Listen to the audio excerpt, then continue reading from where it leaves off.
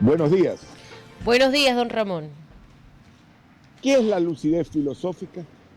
Pensar con los pies en el suelo y la cabeza entre las estrellas. Es decir, estar aterrizados y al mismo tiempo estar aterrizados, tener una dimensión estelar. ¿Qué es el maestro y el discípulo? La sabiduría se hereda mirando, no copiando, queridos y amables radioescuchas. Y la propiedad de la razón se piensa mejor cuando no se tiene prisa por tener la razón. Y ese es uno de los aspectos más importantes en los que se inicia el debate del mes de noviembre en el Ecuador con una, una invitación a votar por una constituyente.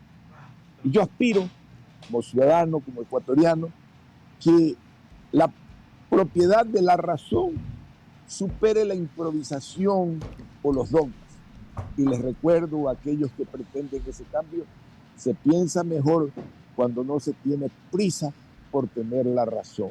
Muy buenos días, amables radioescuchas. Reciban ese saludo afectuoso de corazón a corazón de Astrid Sinclair Viteri y de Jorge Chuya, que ya debe haber entrado al panel. Muy Buenos buenos días. días. Los saluda Ramón Sorenholzer desde la ciudad de Madrid, capital del Reino de España. ¿Qué tal?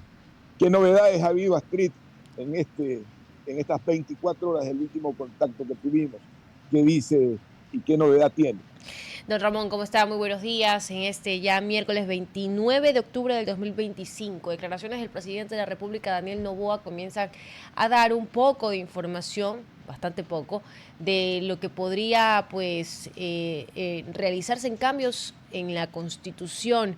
Habla también de bases extranjeras, porque hay que corregir, ya no son en sí bases militares, sino bases extranjeras, hace una corrección como tal, y habla también de estas bases, ¿no?, que se colocarían en Baltra y Salinas. Comienza a dar más puntualizaciones sobre el referéndum, la consulta popular, y en medio de todo esto, pues también quienes se alinean por el sí y por el no. Sorprendentemente, la estructura del correísmo, digo sorprendentemente como una ironía, la verdad, pues nuevamente se muestra un poco confundida, en el sentido de que algunos asambleístas del bloque pues anuncian campaña por el no, mientras la señora Luisa González pues ya se plantea como una candidata a la constituyente, prácticamente dando ganadora el sí en la consulta popular. Entonces veamos qué ocurre, don Ramón. Yo diría que la infancia de la infancia sigue pernotando y amaneciendo en mi país, en nuestro país. La esperanza llora con leche prestada. Y es que volvemos a llorar con leche prestada, con una serie de improvisaciones. No veo en la propuesta de lo que queremos de cambio en el país, más allá de un sometimiento innecesario a unas bases que nunca han dado un resultado positivo. No estoy en desacuerdo, pero tampoco es tan necesaria como para poder eh, pensar que las bases van a ser la solución al problema del Ecuador. No lo han sido en ninguna parte de Latinoamérica. Colombia ha tenido varias bases, revísenlo, y fue un desastre. No avanzó mayor 7. cosa. Pero ese no debería ser el motivo de la constituyente y de la constitución. Debemos darle más peso al tema. La libertad canta al sol, derramando como miel sobre el tiempo humano. Y de eso se trata, que derramemos esa miel que es la libertad. Que lo que estoy viendo es que la que quieren es conculcar, la quieren limitar, la quieren estropear, quieren ir a un estado de miedo, que fue la propuesta de los socialcristianos en su momento, en lugar de un estado de libertad. Pero en fin, ahí estamos democráticamente votando los que estamos a favor de la libertad y los que están a favor del miedo que permite el manejo de determinados grupos. Adelante, Jorge. Así es, don Ramón. Sin duda alguna, pienso de manera similar. Las bases extranjeras, que antes se conocían como militares, ahora el presidente hace la aclaración de que son extranjeras, no siento que sea algo realmente necesario. O sea, no creo que sea como una respuesta inmediata para la solución de la crisis como tal.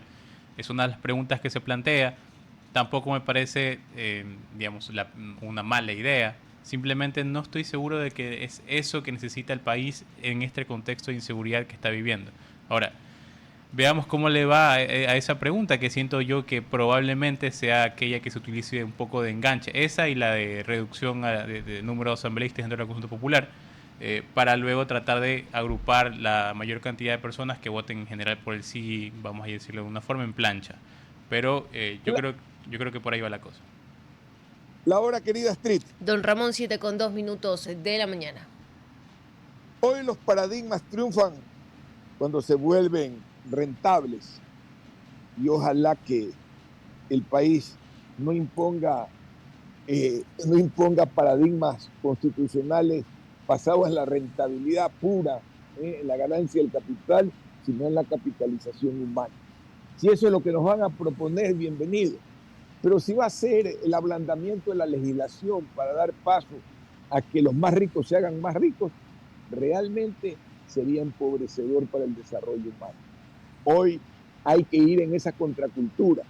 El mundo está siendo dominado por un grupo de conservadores que pretenden volver a esas estructuras en las cuales las fortunas se vuelven más ricas y las clases medias más pobres. Ojo con eso. Y eso me preocupa profundamente, aunque les parezca mentira y algunos piensen que porque tengo 4 reales quiero tener 4 más. No hay sociedad en el planeta que funcione sin una posibilidad, no de igualdad, sino de la búsqueda de las equidades, de distancias cercanas que aproximen a la juventud, a la educación, a la salud, al buen vivir, que es tan importante en la existencia humana. Yo personalmente nunca he pensado que primero hay que sacarse la madre para vivir, sino una mezcla de vivir, trabajando, pero viviendo. A veces a lo que nos quieren llevar en esta era en que leía unos artículos bien interesantes, los jóvenes de hoy en Europa están sobrecalificados y terminan con títulos universitarios trabajando en trabajo de repetición. Eso es lo que tenemos que cuidar, que el joven que tenga una proyección de futuro que le permita dignificar su vida, queridos compañeros. Don Ramón, definitivamente, y tomando el contexto en el que estamos, yo quiero sacar 2 palabras. Estaba anotando mediante este ejercicio de la primera parte de lectura que usted siempre hace, de la parte filosófica. 2 cosas. La sabiduría no se puede plagiar, no se puede copiar, porque es un proceso íntegro, personal, en los cuales pues confluyen algunas cosas, entre ellos la reflexión y el buen juicio. Segundo, ¿qué pasa cuando tomamos justamente este tema de decisiones, elecciones, por más que sean cortas, como un acto simplemente de simbolismo y no como un carburante para cambiar una situación real, ¿no? En este caso del país. Cuidado la consulta popular, sea simplemente ese simbolismo que se quiere tener, y lo que veníamos conversando, ¿no?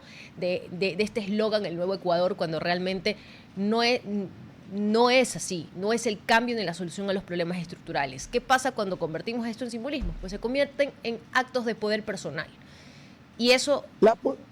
Siga, Astrid. No, y eso es preocupante y eso es peligroso, nada más. Mire, yo le agregaría algo basado en esto de los simbolismos. Una sociedad que se ha pasado juramentando banderas, escudos, el día de cualquier cosa que refiera a algo etéreo y no concreto. ¿Por qué sucede eso? Porque la política ecuatoriana busca sentido en la nada. Es decir, existencia sin compromiso, pero aún más grave, sin propósito democrático. Claro, ¿a qué ya hemos llevado a nuestra población, a los X millones de ecuatorianos que vamos a votar? A votar como borreguitos o como corderitos, porque los unos son borregos del uno y los otros corderitos del otro. Pero ¿cuánto hay de pensamiento propio en la votación cuando veo las discusiones en los diferentes grupos que participo, los que lucen a más correístas y los que lucen a más novoístas? No hay punto intermedio, no hay pensamiento propio. Es raro ver que alguien aparezca con una idea propia y diga, oiga, ¿por qué usamos esta oportunidad para hacer tal cosa? Obviamente, qué difícil es cuando quienes gobiernan estas naciones tienen poco ánimo democrático. Ahí se transforma en dura la lucha, querido Jorge. Sin duda alguna. Creo que es muy, muy importante, sobre todo ahora que estamos en una época de elecciones, en este periodo corto electoral, tratar de justamente fomentar esos análisis críticos, fomentar esos debates, fomentar la participación ciudadana como tal. Yo creo que más allá de lo que pueda considerar una persona, porque cualquiera puede decir dentro de su propio juicio, de su pensamiento, voy a votar por el sí o voy a votar por el no. Yo creo que lo importante va a ser que se realice ese ejercicio como tal, que se realice esa parte del debate, lo crítico, de saber a profundidad, ok, si voy a votar sí o si voy a votar no de esta manera, lo voy a hacer por estas razones. Y creo que esos espacios nos hacen falta y esperemos que se vayan quedando poco a poco, al menos dentro de este corto periodo electoral. Hablar de política en el Ecuador es hablar en el vacío. El demagogo quiere reemplazar hasta a Dios. Y quiere ser el reemplazo hasta de Dios. Por eso a veces digo, ¿para qué me levanto todas las mañanas? 5 de la mañana, preparo, leo, anoche me tragué un libro de Susan Sontag sobre la problemática femenina, cosa que hoy día no vamos a tocar, pero que le prometo que mañana será parte de la conversa, como decimos los montuyos. Pero digo, ¿para qué? Si hablar de política en el país es vacío, es como hablar de Melec y de Barcelona, nadie sabe de táctica, lo único que saben o de técnica, lo único que se alinean es con el azul o con el amarillo, o en mi querido Ambato, del cual amo al Macará, de la cual soy su presidente vitalicio, caramba, es entre la celeste del Macará y el técnico de Ambato. Digo, esos alineamientos en política es ceder nuestro voto, esa fracción mínima de votación, sin una reflexión mínima para darle al país un sentido político, queridos compañeros. Adelante. Sin ese buen juicio, don Ramón, pero sí con el cinismo, porque hoy vemos que el debate pues gira en torno en, sí, vamos a traer bases militares o bases extranjeras, perdón, porque después de la corrección que hizo ayer el presidente, que parece que no hemos estado leyendo bien, dijo, si nos van a solucionar no el problema, y es verdad, no nos van a solucionar, pero veamos qué es lo que nos ha traído la historia, veamos quién están poniendo hoy estos peros. Los mismos que desmantelaron las bases militares o las bases militares en Galápagos, o quienes desmantelaron y dejaron pues muchas zonas desproveídas de justamente las herramientas y los recursos necesarios para controlar principalmente el contrabando de combustible. ¿Y qué tenemos hoy? Porque claro, son expertos en dar datos del otro lado, de la orilla, en decir, nosotros cuando sacamos la base de Manta se redujo a 5 las muertes violentas por cada 100.000 habitantes. Sí, pero ¿qué aumentó? Por ejemplo, en Galápagos. ¿Qué aumentó en otras zonas? El tráfico de combustible. Galápagos registra el 42% más de consumo de combustible que en Pichincha y más del 20% que Guayas. ¿Qué pasa cuando hablan de que hoy critican, por ejemplo, que se esté promulgando dentro de la consulta popular el apoyo o el financiamiento a los partidos y movimientos políticos? O la reducción de asambleístas. Estamos perjudicando a las minorías. Pero ¿quiénes votaron junto con este mismo gobierno en la Asamblea Nacional para que se cambie el método Ahunt? Pasemos del de Webster en el que estamos ahora al de Hunt. Que no es lo mismo. El debate es cínico. Y cínicos siguen siendo los que hoy tratan de confundir también en este proceso al que vamos. En ese cinismo que usted habla, quien no se deja domesticar por las costumbres políticas, querer tirado políticamente de loquito. Aunque ante los dioses quizás se pueda mirar que hay una potencia, un potenciamiento de ideas frescas y nuevas. Giramos alrededor de las mismas ideas, no vamos a la esencia del problema, no vamos a la esencia de los problemas grandes, no quiero usar la palabra estructural porque se haría como un sociólogo, y no quiero sonar a sociólogo, sino a un hombre pragmático que busca soluciones pragmáticas. ¿Por qué tenemos que hacer unas megaconstituciones con 600 artículos? Cuando a lo mejor esto se puede articular como lo hizo Olmedo con muy pocos artículos. Simplemente hay una base filosófica que le da sentido al orden de vivir de una sociedad. Vamos a repetir con el bien vivir. No podemos aislarnos de eso. Le vamos a quitar al ciudadano derecho a tener una gesta de defensa, limitación en el tiempo de encarcelamiento, etcétera, etcétera. Simplemente porque todos tenemos miedo y de pronto nos ponemos en la otra cara de la cultura, generando una contracultura y no una síntesis de lo positivo y de lo negativo para lograr una transformación de la sociedad, querido Jorge. Yo creo que llegar a esa síntesis va a ser un poco complicado tomando en cuenta el proceso constituyente actual. Yo considero que si se existe esos mecanismos de debate y demás, y se hace un proceso constituyente tomando voces de distintas áreas, sumando actores, buscando cómo se pueden proponer, creo que ahí podríamos llegar, pero en la forma en la que estamos, no sé si es un poco riesgoso. Yo creo que igual de todas formas puede existir una oportunidad. Ahora el problema es cómo se aplica esa oportunidad de cierta forma. Y también para acotar lo primero que usted mencionaba sobre los artículos, a mí me parece también algo que al menos eso sí me parece importante.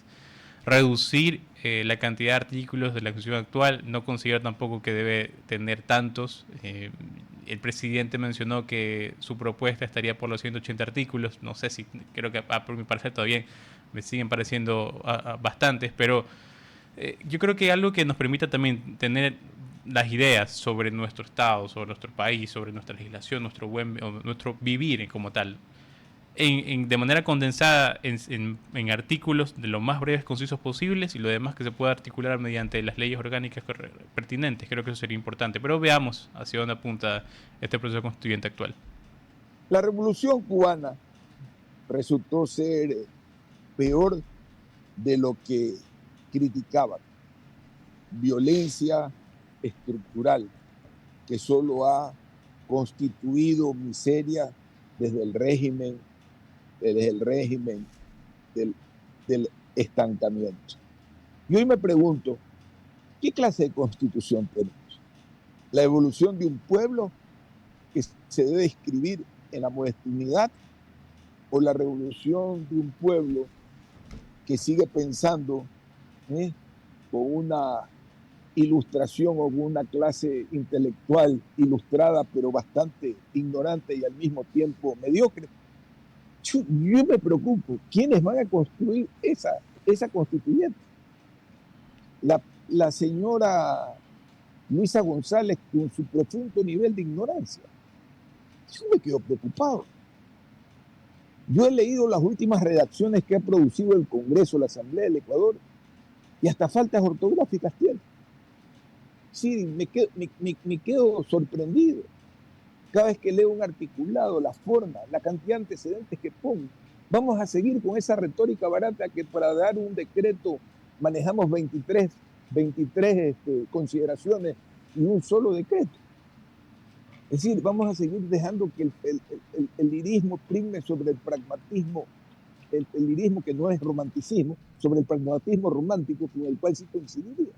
En fin, querida Astrid, su opinión, antes de que nos lea los titulares de Diario Expreso y El Universo. Don Ramón, mi opinión se basa en una frase que le he repetido ya casi 3 años y que no es propia por si acaso, sino la escuché y dije, qué interesante. El problema de la Asamblea Nacional, y esto en la época de la señora Guadalupe Llori, lo recuerdo tanto, que hubo tantas críticas. Alguien dijo, el problema de la Asamblea Nacional no es que no pueda instalar una sesión en el Pleno. El problema es que quien está al frente no pueda ni siquiera leer los puntos del orden del día, y no porque no quiera, tal vez porque no se le da y ni siquiera lo pueda hacer bien. Así que yo creo que eso resume todo de la calidad de asambleístas que tenemos. No todos, hay que hacer excepciones, pero lo que hemos visto hasta el momento es deplorable.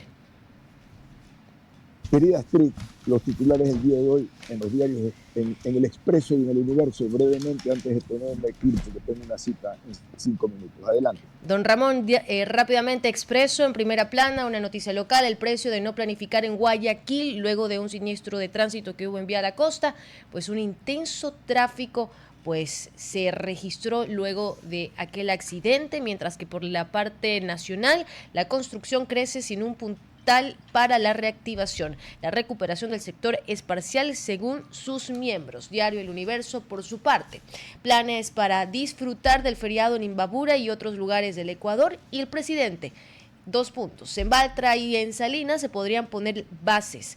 Según el primer mandatario, Daniel Noboa, estos son puntos estratégicos para controlar la pesca ilegal, el tráfico de combustible y frenar el narcotráfico. En fin, volvemos al mismo punto.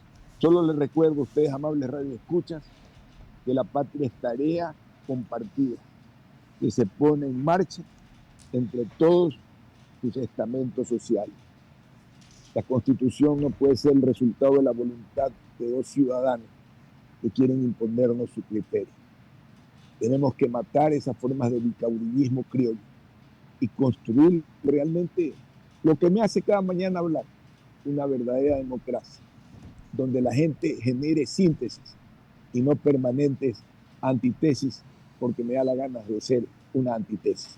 Reciban mi saludo más afectuoso desde la capital del Reino de España, la ciudad de Madrid, cuando son las 1:17 en este país, 7:17 en el territorio continental ecuatoriano. Un abrazo, continúen. Hoy tenemos la cadena del señor alcalde, si no me equivoco. Así es, don Ramón. En pocos minutos. Continúen, compañero. Gracias, don Ramón. Bien, ya lo había dicho don Ramón, 7:17 de la mañana, se nos va un jugador, pero es momento de que ingrese nuestro refuerzo, que está ahí justamente esperándonos. Bueno, hay que llamarlo, el señor César Febres Cordero, que ya está aquí desde tempranito, ha comenzado a tener la costumbre de llegar temprano, pero vamos a esperarlo hasta que ingrese.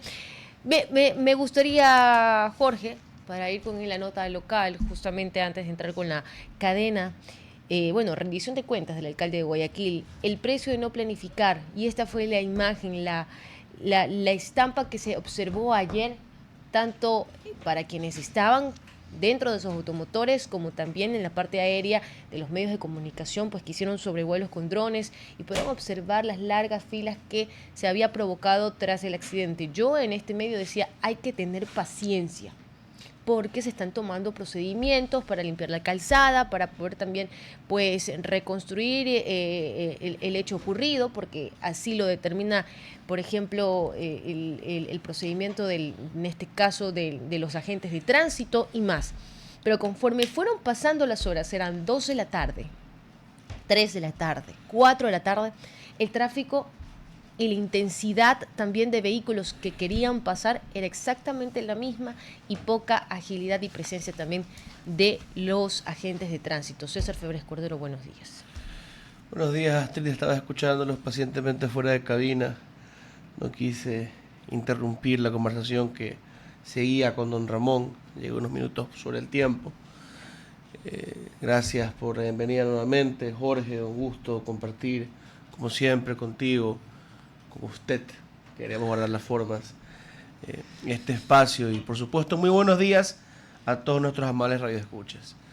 Ayer tratamos también el tema de un embotellamiento tremendo en Vía La Costa. Es el mismo.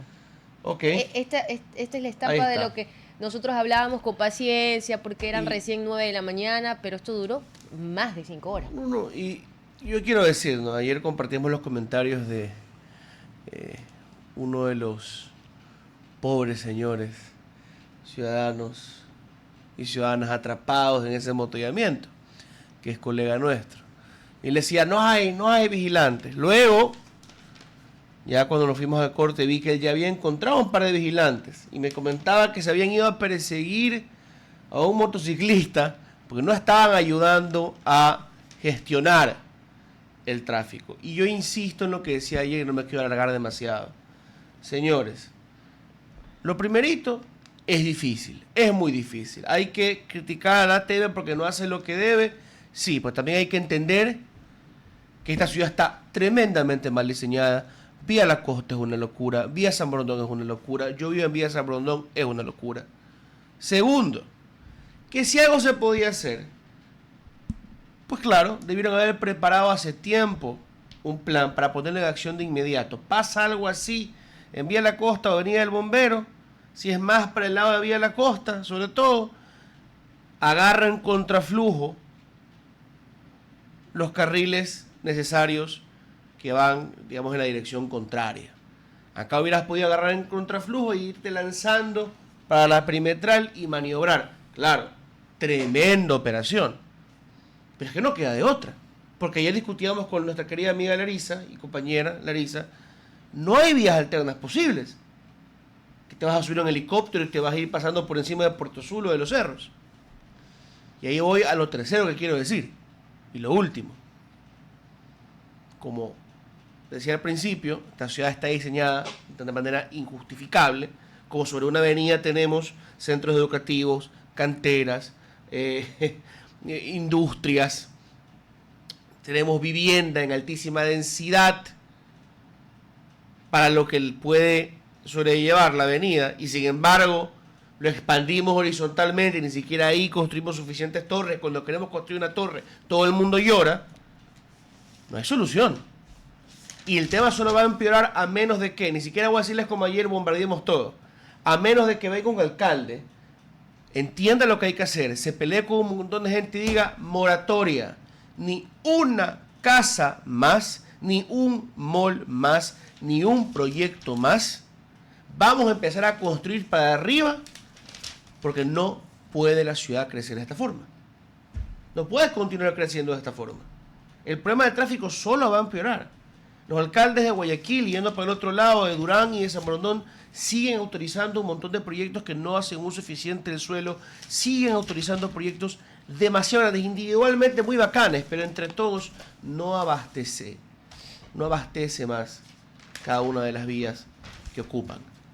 Y todo el entramado urbano en la ciudad continúa caminando hacia el colapso. ¿Y hacia dónde vamos a ir? ¿Hacia dónde más vamos a ir? Pero como hay plata fácil para los proyectos, nadie dice nada de arriba, y los de abajo nos comemos el tráfico. Y la responsabilidad que don Ramón nos recuerda, tampoco nos gusta subir al transporte público. Esa es la otra solución más bacán. Pero deberíamos apostar también por el transporte público. Colegas. Completamente de acuerdo con eso, querido César. Actualmente, lamentablemente, no hay lo que yo considero quizás un plan de ciudad a largo plazo. Solamente se construye por los intereses que existen, porque siempre va a ser rentable, siempre va a ser óptimo, siempre va a ser fácil poder tener la aprobación de un proyecto inmobiliario, porque genera ingresos, porque genera rédito para muchas personas. Pero luego está dónde queda la idea de cómo deberíamos llevar la ciudad, porque uno crece por crecer, va a llegar a un punto en el que ya no vamos a poder seguir creciendo, porque los límites de la ciudad hasta cierto punto, y luego también tienes muchos lugares, al menos en Guayaquil, que son zonas protegidas y que deberían mantenerse de esa forma, considerando que Guayaquil ya tiene un gravísimo problema de armonía con el medio ambiente, sobre todo en una ciudad tan calurosa, que eso debería ser súper necesario. En la actualidad no tiene esa armonía. Y yo considero pertinente que se pueda tratar de lograr un plan que sostenga ambas ideas, porque el desarrollo no necesariamente viene solamente de la parte económica, también viene de la parte sostenible. Y cuando entendamos eso, creo que podemos ser mejor ciudad. De acuerdo, siendo las 7 horas con 25 minutos antes de irnos al corte. Y yo voy a insistir en algo, queridos amigos. Tampoco tiene sentido, porque ya vieron el relajo que publicaba la prensa, en el Expreso lo leí hace unos días, de que las líneas de buses de Duraño no pueden entrar al centro de Guayaquil. A lo mejor es la medida correcta, pero creo que esto nos abre otra vez la ventana hacia el problema de cómo así, en una ciudad que se sirve de estas líneas de buses, unas corresponden realmente a la autoridad o parte de la autoridad de Durán, pero ya en Guayaquil tienen que obedecer a una distinta en Guayaquil. Lo mismo con lo que viene de San Borondón y de Daule. ¿Por qué no hay una sola autoridad de tránsito? ¿Por qué no mancomunamos? Porque ya existe eso en la Constitución de la República y en el COTAD. ¿Por qué no mancomunamos el tema del transporte público entre Guayaquil, Durán, San Borondón y Daule, mínimo por no incluir Novol, Salitre? ¿Qué es lo lógico? Yo encima de eso soy partidario de ir y tener una empresa de transporte. Se acabaron los consorcios, yo agarro los vehículos, yo contrato a los conductores y los obligo a subir sus estándares. Y subsidio directamente cuando tenga que subsidiar, como se subsidia en todo el mundo el pasaje. Y no estoy peleándome con los transportistas. Oiga, pero que funcionen así, no tengamos muchos. Y ya sé que tenemos que irnos justamente para la cadena 7.5. Viene cadena nacional. Rápidamente en... Local. 5:27, local. no. ¿O en 7 minutos? Ah, la de las 7:30. Ok. Ya pensaba pero- que había otra cadena encima de la que ya teníamos Ok, siempre. rápidamente digo esto. El problema es que ni siquiera los pocos funcionan. Ayer, pasando justamente por la Orellana, un vigilante de tránsito que aparentemente estaba dando el paso, se le cruza frente a sus narices una motocicleta con 3 personas. Con 3 personas, sin casco. Esas son las cosas que a mí como ciudadano, En todo el país, ¿eh? que trato de, y digo trato porque aquí no es de perfecciones, trato de cumplir con las normas de tránsito, me llenan de coraje. Y vámonos al corte. En los porque ya- cilindros de gas y los tubos. RTP 965, a la conquista del mundo digital. Presenta sus nuevas instalaciones y tecnología de vanguardia. Renovamos nuestro compromiso de seguir brindando contenido útil y de la más alta calidad. Programas de opinión con referentes de la comunicación. Noticias para contar todo lo que está pasando en todo momento. Una variedad de segmentos con lo que necesitas saber. Y asociaciones internacionales estratégicas. Todo para mantener a nuestra audiencia y seguidores siempre bien informados. Siempre en RTP. buena compañía. Hoy celebramos el Día del Paracaidismo en Ecuador. Cada 29 de octubre se celebra el Día del Paracaidismo. En esta fecha se rinde un homenaje a las personas que se dedican a esta modalidad deportiva y militar. En el año, a ver, tengo por aquí el dato, 1956 se lanzaron aproximadamente 35 militares en sus paracaídas desde un avión C-47 de la Fuerza Aérea Ecuatoriana en el sector El Salitral en Salinas. Así que va un saludo para los paracaidistas ecuatorianos. Y la pregunta para el panel, ¿se atreverían a lanzarse en algún momento? Miren, yo creo que ser ecuatoriano es lanzarse al vacío todos los días. Iba a decir exactamente lo mismo, César. Iba a decir, yo creo que ser ecuatoriano es ser un paracaidista de manera pues Recurrente. Pero saludo a nuestro querido amigo Félix, como paracaidista militar en servicio pasivo, y a todos nuestros oyentes que sirvieron a la patria pasando por esa función, esa arma dentro de la rama militar de infantería, los paracaidistas. Ahora, yo creo que antes de entrar a la entrevista de este segmento vale tratar un poco el tema de la entrevista que dio ayer el presidente Noboa a escasos megahercios de distancia de nosotros, a escasos kilómetros también de distancia en otra radio. Hay algunos puntos que me llaman la atención. Abarca 3 temas para mí. Primero, el paro y la economía. Dice el presidente Noboa: estamos ayudando a las víctimas del paro, a los pequeños floricultores, la mayoría de la gente que quería trabajar. Porque a Noboa se le pregunta si va a continuar dialogando, y él repite esto en toda la entrevista: yo ya dialogué y estoy dialogando con los bonos y con las compensaciones, y lo estoy haciendo con las víctimas, con los artesanos, con los empleados y empleadores, con los pequeños industriales. No voy a dialogar ni amnistiar, no va a operar a nivel de la dirigencia, por lo menos de manera pública, por lo menos es lo que dice. Dio también una cifra sobre aumento del empleo, pero aquí sabemos que no es culpa, bueno, no culpa es, pero no es exclusivo del presidente, todo el mundo lee a medias y no ve que muchas veces estas cifras de aumento o descenso del empleo tienen en la esquina superior derecha de la diapositiva un cuadrito que dice no es estadísticamente significativa la diferencia año a año. ¿Ya? Entonces no todas las cifras que se celebran o que se lamentan pues son las precisas. Eso es lo que hace a este paro diferente, haber atendido desde antes las provincias, haber atendido también durante el paro directo a la gente, también dijo el presidente. Cambiamos la dinámica, y es que según el presidente Noboa, antes se negociaba con dirigentes y la gente quedaba resentida. Ahora él fue a buscar directamente a esas personas y por eso los líderes se quedaron sin piso. También habló de una donación del gobierno chino, 17 millones en herramientas productivas de origen chino para el norte de Pichincha y la provincia de Imbabura. Luego pasaron a la consulta y la constituyente. Claro, el presidente decía que él envió una pregunta para eliminar el Consejo de Participación y que frente al rechazo de la Corte que le pidió que la mejore, él mandó igualita a la del 2022 que a Lazo la aprobaron. Pero por supuesto todos sabíamos que eliminar el Consejo de Participación, porque hay precedentes de la Corte ya, por enmienda y no por reforma parcial, iba a ser denegado, porque la reforma parcial está hecha para cambios de estructura del Estado. El Consejo de Participación es la quinta función del Estado, por supuesto que su eliminación es un cambio de estructura. Entonces, por enmienda, propuso simplemente quitarle las funciones al igual que Lazo, y dice que no ha recibido respuesta y verifiqué. Es verdad, la Corte no le ha respondido. Pero yo ya diría algo.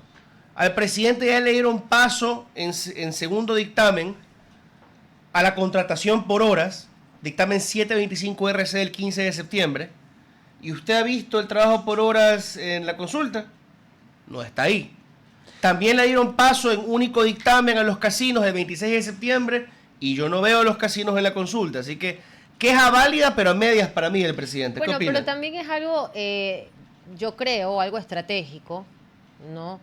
Y hablo comunicacionalmente, porque el tema de los casinos ya lo probó en el sentido de que lo puso en el debate público y comenzó a generar malas críticas y posiciones en contra. El año pasado, por eso es que lo retiró al principio. Exactamente. Su primer Y paquete. en el trabajo por hora ya tiene, pues, la ciudadanía ya dijo que no en la consulta popular pasada, incluso antes de buscar, en este caso, ya su elección para el periodo normal, por así de alguna u otra forma decirlo, el periodo ordinario. Entonces yo creo que es algo estratégico, no vas a insistir en algo que ya la ciudadanía ha rechazado en más de una ocasión y tampoco tú no das garantías, pues, de que ese trabajo por Pero hora no va a creas, ser un Tri, retroceso para los que no lo derechos van a de los introducir trabajadores. en la Lo Constitución. van a hacer, escúchame, pero César, de que lo van a hacer, lo van a hacer. El Claro. problema es que no lo ponen como enganche porque no es ningún enganche, pues. No es una pregunta que enganche. Por ejemplo, bases De acuerdo. militares, perdón, Es enganche. ya no es bases militares, Bases extranjeras. Yo sigo insistiendo en lo mismo, porque yo no sé en qué momento nosotros hemos leído mal, pero durante todo este tiempo, yo no sé si, Vamos a insisto, ver. estamos haciendo un efecto Mandela, pero yo, compañeros, ustedes también recuerdan que hemos hablado durante todo Así este quieren tiempo que lo entendamos. como bases militares David Reynoso extranjeras. hace un sketch con un hombre disfrazado de soldado americano. Y yo no sé porque si- es lo que nos quieren yo- meter, pero el presidente dijo otra cosa. Yo no sé si tenemos un efecto Mandela todo el país, que creemos que nunca han dicho que han sido bases militares extranjeras, sino bases extranjeras. En todo caso, bases extranjeras es una buena pregunta, que si usted me dice a mí que si va a solucionar el problema, no, pero que si la quiero, sí la quiero. ¿Por qué yo la sí quiero quiere esa- si no es solución? Porque, a ver, no soluciona el problema estructural, pero hay control, César. Y ayer lo conversábamos con el coronel, si no me estoy, Mario Pazmiño. Mario Pazmiño, que estuvo Y nos en Secretaría de decía, Seguridad en un decía momento, creo. hay dos eventos geopolíticos que en estos momentos afectan directamente al país en temas de contrabando. Uno es la presencia de flota estadounidense en el Caribe, ¿no?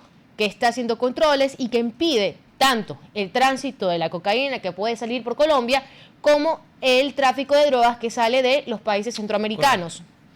¿Qué están haciendo? Yéndose por el Pacífico. Nuevamente somos una zona de paso, nuestra región insular, para recargar combustible porque esa vía o esa ruta es la más larga. Entonces, no va a solucionar el problema, pero no tendremos Bueno, pues, pero a estos el delincuentes. presidente- el presidente en Noboa nuestras también aguas. habló en Pero esta no entrevista. tendremos, déjeme terminar, pero no tendremos a estos delincuentes en nuestras costas. Entonces, para mí, sí es necesario, pues. A ver, el presidente Noboa, por ejemplo, planteó la idea de una base conjunta de varios países para combatir la pesca ilegal. Él en su momento también habló de la pesca ilegal china, dijo que no era con la anuencia del gobierno chino, para no buscar una pelea, sobre todo cuando anunció que estamos recibiendo ayuda del gobierno chino y por la buena relación que tenemos con ellos, que es beneficiosa. Yo pienso que, si bien el presidente lo dice en una entrevista pactada, el mensaje que están haciendo llegar a la ciudadanía es otro. Es el mensaje que manda Reynoso en su sketch. Es el mensaje que hemos recibido por meses. Es el debate que hemos tenido. Se le vende a la mayoría que sí o sí vienen los gringos con su ejército, pero lo que el gobierno plantea es a lo mejor una base con varios países. A lo mejor no es militar, sino es de Homeland Security. No entiendo bien qué sería una base de Homeland Security. Ya, obviamente sería combate a la migración. ¿Qué tanto nos ayudaría eso en combatir el tráfico de combustibles? ¿Qué garantía tuviésemos incluso con una base militar de que se combata efectivamente el narcotráfico en nuestras aguas. Yo no estoy cerrado a la idea de una base militar, pero siento que, como siempre en el Ecuador, estamos discutiendo con poco detalle, de forma muy confusa, muy tarde. Por más que es un tema viejo, la pregunta concreta. No le estamos dando tiempo ni a esa, Jorge, ni a hablar de lo que Jorge, está detrás, Jorge. de lo que podría venir con la constituyente si aprobamos la instalación de una asamblea. Jorge nos iba a dar el dato de si hemos o no confundido todo este tiempo, si tenemos todo una NEPS. ¿Leíste el texto? Claro, está Ahí lo que manda el CNE y tal cual está en su anexo. Exactamente. Que de hecho lo quiero leer textualmente para no caer en supuestos. Básicamente la pregunta número 1 busca eliminar el artículo 5, bueno, sustituirlo, no eliminarlo, perdón. Y básicamente la pregunta que se hace es: ¿está usted de acuerdo con que se elimine la prohibición de establecer bases militares extranjeras o instalaciones extranjeras con propósitos militares y de ser bases militares nacionales a fuerzas armadas o de seguridad extranjeras, reformando parcialmente la Constitución de conformidad con el anexo de la pregunta? Ya en Fuerzas Armadas y Seguridad le abre espacio, creo que es lo que el presidente dice, ¿no? Que podría ser un establecimiento de varios países para combatir la pesca ilegal u otro tipo de instalación de cooperación con fuerzas de seguridad. Pero claro, el artículo 5, ya para ir a la entrevista, y ahí me desconecto de este experimento que tengo en el Instagram. El Ecuador es un territorio de paz. No se permitirá el establecimiento de bases militares extranjeras ni instalaciones extranjeras con propósitos militares. Se prohíbe ceder bases militares nacionales a fuerzas armadas o de seguridad extranjeras. Ese es el texto actual del artículo 5. Ahí es donde, y podemos seguir el debate, pero por respeto a la ex vocal del Consejo de la Judicatura, vamos a darle paso en estos momentos, la doctora Goyes. Doctora, bienvenida, 8:18 de la mañana. Gracias por acompañarnos aquí en RTP. Muy buenos días, gracias por la invitación y un saludo a toda su audiencia. Gracias a usted, doctora Goyes, por acompañarnos. Bueno, ya ahora fuera del Consejo de la Judicatura, tiene una amplitud un poco más para tocar temas sensibles. De repente, no porque no lo podía hacer cuando estaba como vocal, sino también por ciertos procesos que tal vez eran reservados. Vamos primero con el tema que habíamos acordado en esta entrevista, el tema del déficit de jueces que se mantiene. Yo estaba revisando unas notas de prensa y veía que usted en junio de este mismo año comenzaba a advertir, todavía como vocal del Consejo de la Judicatura, de este déficit. ¿Qué tanto ha cambiado desde junio hasta cuando usted se mantuvo en el Consejo de la Judicatura y qué tanto se hizo para mejorar este panorama? Bueno, el déficit de jueces viene acumulándose desde algún tiempo atrás y tiene que ver con el número de jubilaciones que han habido desde el año 2023, 2024 y también con las destituciones y renuncias de algunos jueces. Esto, además, han habido procesos de carácter penal que obligan a remover a algunos jueces y eso ha mermado en un número que yo siempre lo calculé en alrededor de 300 jueces que hacían falta, porque además ese es el número de vacantes que están creadas y no ocupadas. Esto obedece a la estructura interna del Consejo de la Judicatura y de las unidades judiciales. Por lo tanto, si bien suele decirse que hacen falta más jueces, yo creo imposible incrementar mayor número de jueces porque no existe el presupuesto ni siquiera para cubrir esas vacantes y menos para incrementar. Solamente si tuviéramos el ingreso de 300 jueces equipararíamos la carga procesal, porque además hay que considerar que no solamente entra un juez, entra también un secretario, entra un ayudante judicial, por lo tanto el peso presupuestario es alto. Y adicionalmente hay que recordar que tenemos una sentencia de la Corte Constitucional respecto de la inconstitucionalidad del dimensionamiento de jueces de garantías constitucionales. Recuerde que en la consulta del año anterior, en abril 21, nos convocaron a preguntarnos si queríamos o no que la justicia constitucional o la justicia de garantías constitucionales sea especializada, y eso implica que deben existir jueces de dedicación exclusiva. Y hasta el día de hoy eso no se ha incorporado. ¿Por qué no se instala, doctora Goyes, eso último? Lo que aprobamos que tiene un plazo de 1 año. Las judicaturas constitucionales a nivel provincial. Es por omisión de quien conduce el Consejo de la Judicatura, así categóricamente lo digo, porque pues eso requiere una gestión administrativa y requiere recursos. En junio de este año, cuando nosotros aprobamos el presupuesto prorrogado para el año 2025, resulta que teníamos 110 millones de dólares de déficit, y dentro de esos 110 millones de déficit, es decir, que no había los recursos, está la creación de las unidades de garantías constitucionales. El tema en gran parte tiene que ver con el presupuesto, y eso es una gestión de carácter administrativo que le corresponde siempre al presidente. Doctora Goyes, usted ha identificado algunas aristas, unas problemáticas y unas causas de ese problema que enfrenta la justicia actualmente con el déficit de jueces. Quisiera ahondar en esa pregunta y hablar un poco más sobre qué hace falta corregir para que podamos al menos no tener ese déficit de jueces que existe en la actualidad. ¿Qué es lo que hace falta? ¿Voluntad? ¿Hace falta también presupuesto? ¿Hacia dónde tenemos que apuntar? Porque es un tema que hay que solucionar, indudablemente. Sí, lo que hace falta es gestión en el presupuesto, porque eso, al ser consulta popular, es obligatorio que el Ministerio de Finanzas le ponga los recursos, porque adicionalmente fue una consulta convocada por el presidente Daniel Noboa. Por lo tanto, los más interesados en que se cumpla sus consultas es el que la propone, el presidente de la República, y el Ministerio de Finanzas es quien tiene que poner los recursos. Por lo tanto, es cuestión de gestión.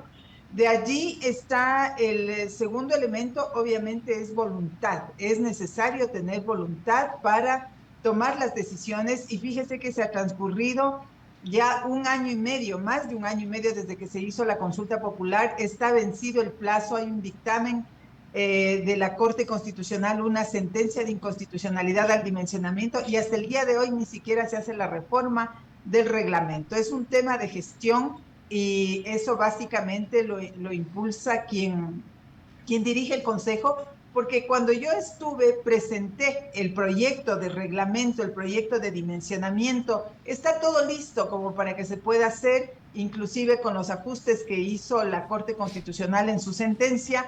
Ya debería eso haber salido hace mucho tiempo. Pero uno de los problemas que puede haber también es los intereses que se manejen en el proceso, ¿no? Porque designar jueces constitucionales es designar a quienes van a tener que resolver los asuntos de garantías, de derechos.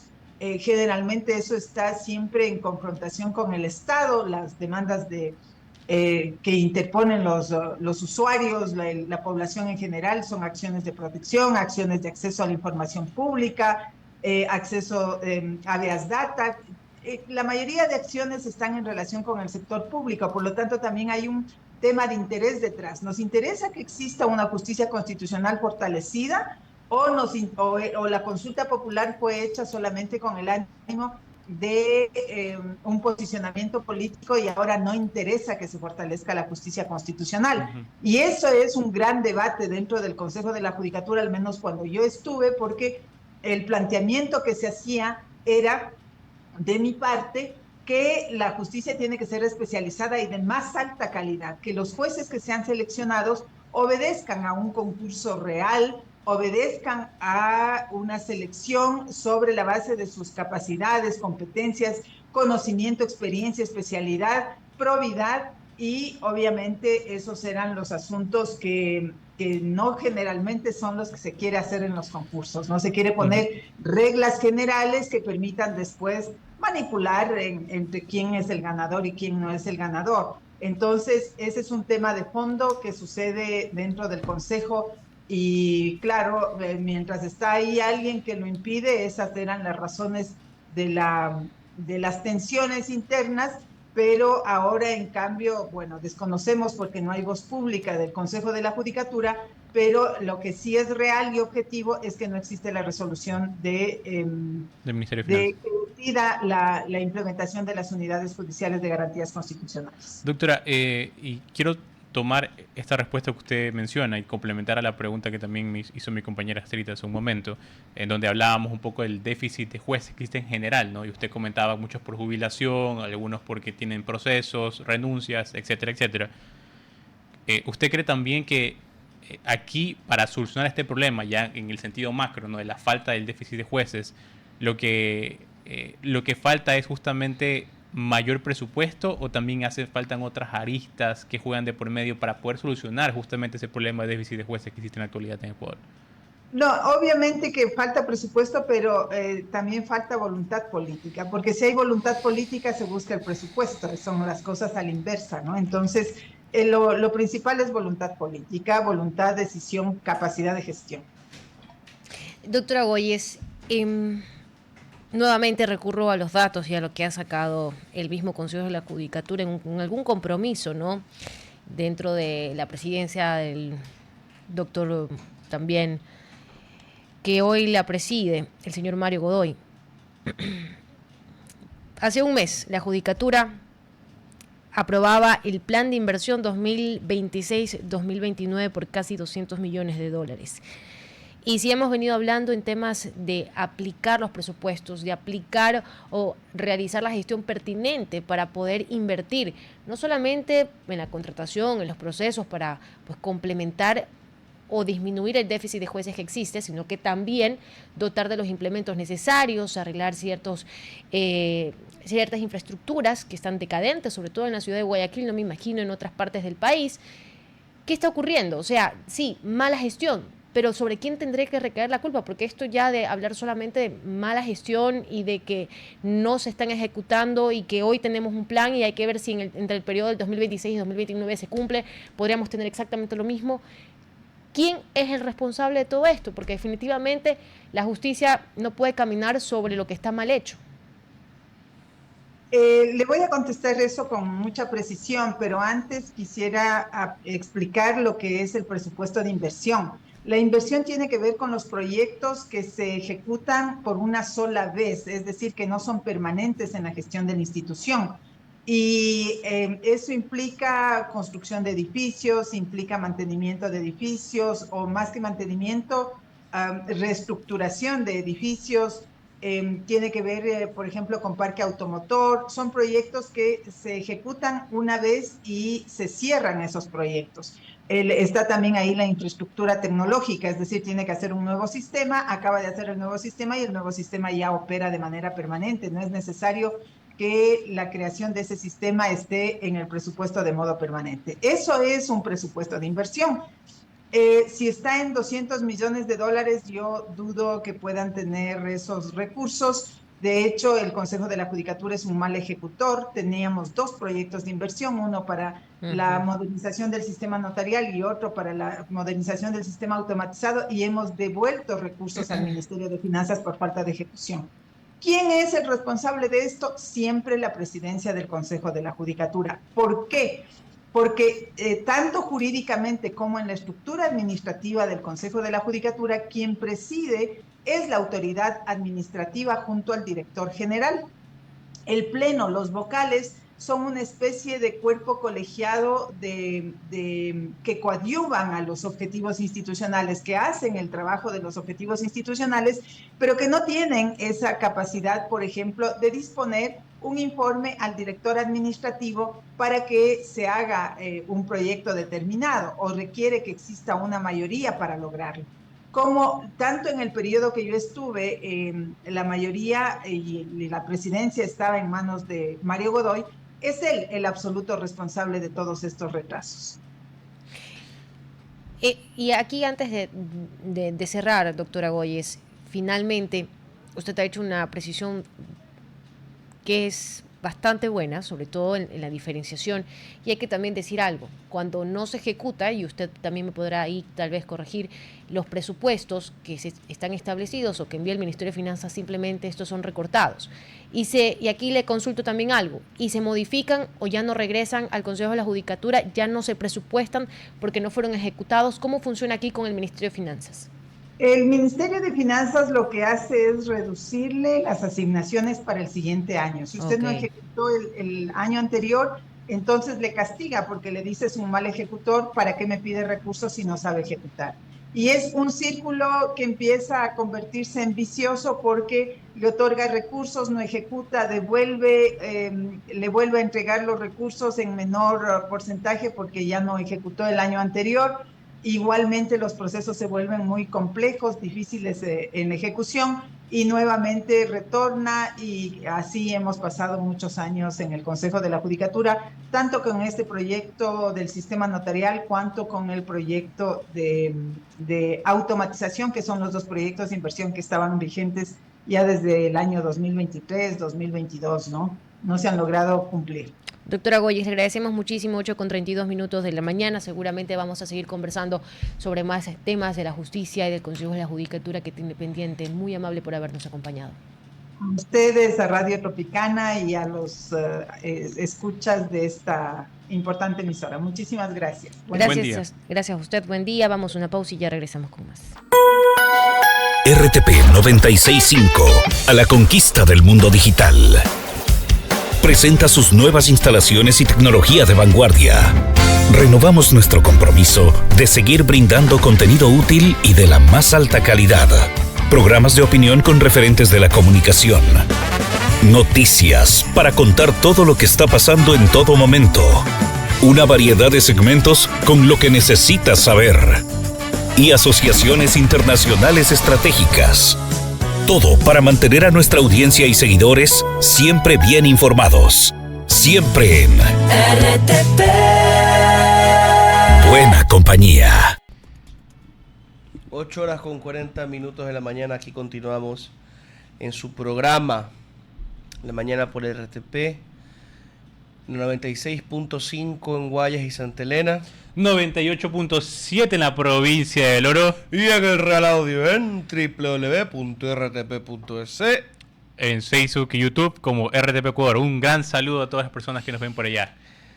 Nunca dicen todo el orbe, mi doctor. Pero YouTube, usted siempre se olvida de mencionar las redes sociales donde hay muchos comentarios. Es que va en orden. En todo el orbe y luego las páginas y las plataformas en las que nos presentamos por la vía digital. Muy bien, doctor, ¿qué quiere abarcar? ¿Seguimos un poco más con la entrevista de Novoa? ¿Sabes qué? De hecho, tenía una pregunta, porque justo estábamos revisando, antes de pasar a la entrevista con la doctora Goy, estábamos revisando el tema de las bases extranjeras.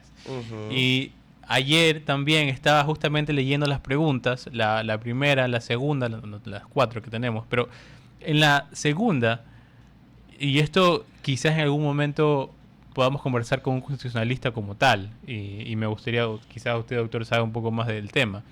Pero la segunda pregunta es referente a la eliminación del dinero público a los partidos políticos, ¿no? El financiamiento público de los partidos políticos. Y entonces esa pregunta dice, y voy a leer textual y luego voy a explicar cuál puede ser ahí digamos, la confusión. La pregunta dice, ¿está usted de acuerdo con que se elimine la obligación del Estado de asignar recursos del presupuesto general del Estado a las organizaciones políticas, reformando parcialmente la Constitución de conformidad con el anexo de la pregunta? El anexo de la pregunta menciona, sustituye el artículo 110, donde se lo va a reformar la siguiente forma: los partidos y movimientos políticos se financiarán con los aportes de sus afiliados, afiliadas y simpatizantes. El movimiento político que en 2 elecciones pluripersonales sucesivas obtenga al menos el 5% de votos válidos a nivel nacional adquirirá iguales derechos y deberá cumplir las mismas obligaciones que los partidos políticos. Bueno, ese es el artículo completo, lo importante es la primera línea que hay. Y aquí va mi duda, y voy a también ir buscando la Constitución a la mano para no ser impreciso. Este pregunta pide básicamente sustituir, reformar el artículo 110, donde se menciona la forma en donde se van a financiar los partidos políticos, y que en la actualidad está también colocada con el dinero de partidos, de fondos públicos. ¿Qué es lo que pasa? Hay que hacer una puntualización. El gobierno propuso el cambio de los artículos 110 y 115. 110 es el fondo permanente que reciben año a año. 115 es el fondo de promoción electoral que no se paga a los partidos, se lo triangula, ¿no? El partido dice que quiere auspiciar en tal medio y el CNE le pasa la plata a ese medio. Como ha explicado el doctor Mauricio, el conservador, eso igual se presta a pillería porque se triangula, ¿no? Va el candidato y le dice al medio Pajarito TV o Radio Patito, yo te voy a conseguir 20,000 en pauta, tú me regresas 5,000, 10,000 a mí, ¿no? En todo caso, como eran 2 temas para la Corte en una sola pregunta, quitaron el 115. Entonces nosotros vamos a votar sobre el fondo permanente. No vamos a votar sobre la plata que se da para hacer campaña. Pero que nunca ha sido plata directamente al bolsillo de los candidatos, como les digo, va a los medios, pero los candidatos, también les decía, consiguen la manera, como siempre, de meterse, de embolsicarse parte de ese billete. A eso iba, porque la Constitución como tal no hace esa diferenciación entre fondo partidario permanente y fondo electoral. El que hace esa diferenciación es el Código de la Democracia. No, pero sí hay, uno está en el 110 y otro en el 115. Eso sí está. O sea, pero la especificación va más por el lado de la ley, claro. Esa parte, digamos, podemos estar de acuerdo. Pero la diferenciación clara está en el Código de Democracia. A lo que voy es que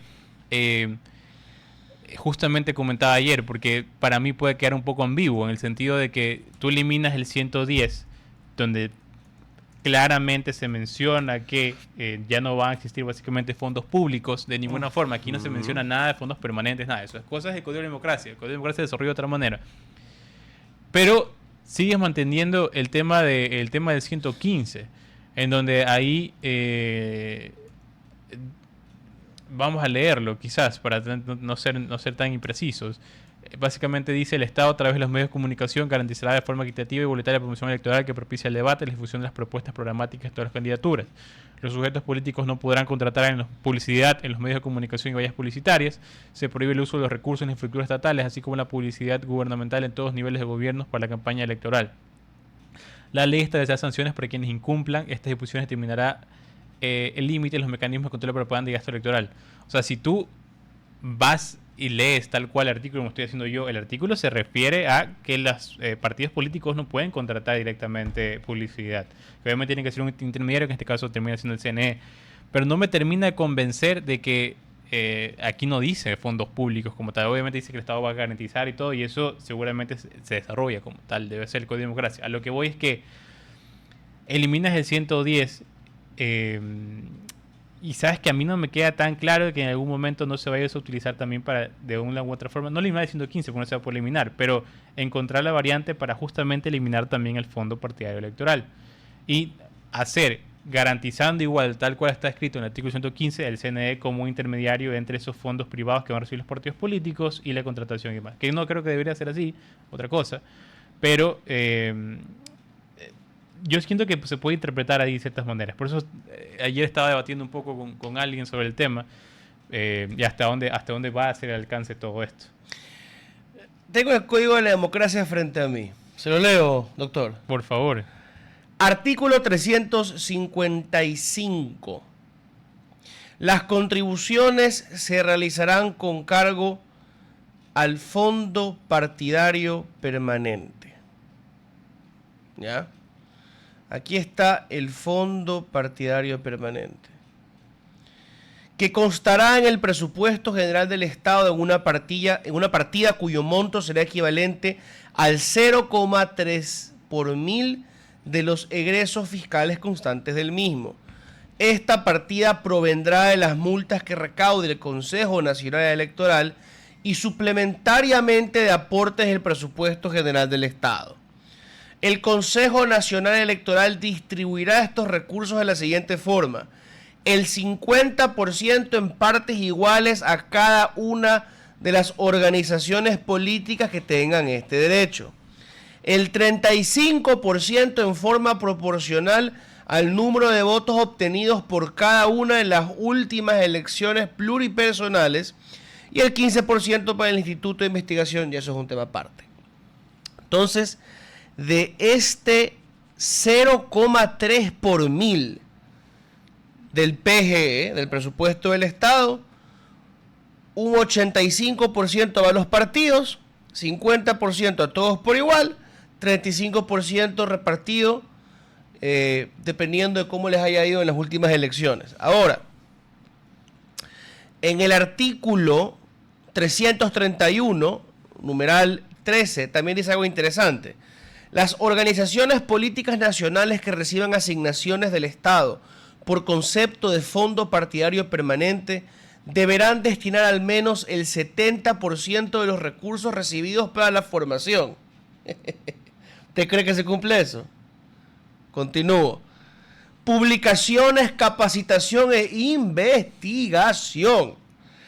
El 20% de este porcentaje deberá destinarse a formación política de sus afiliados o adherentes, con énfasis en grupos de atención prioritaria, mujeres y jóvenes, con el propósito de promover la plena paridad de género, la erradicación de la violencia contra las mujeres y el fortalecimiento del liderazgo de mujeres y jóvenes en sus distintos ámbitos de acción. No destinarán más del 30% de los recursos recibidos para funcionamiento institucional. Mira tú. Por Mira eso, tú. en tal caso... Y no cuadran los números, que es lo más lindo. No cuadran. Pero bueno, esto es lo que se eliminaría si nosotros votamos sí. Algo que no me parece malo de por sí. Algo que me preocuparía que sería reemplazado principalmente por plata de la droga, dada la narcotización no solamente de la política, sino de la sociedad. Pero algo que no se cumple.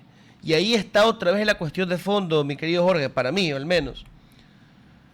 Aquí ponemos y quitamos leyes, pero nunca se cumple nada.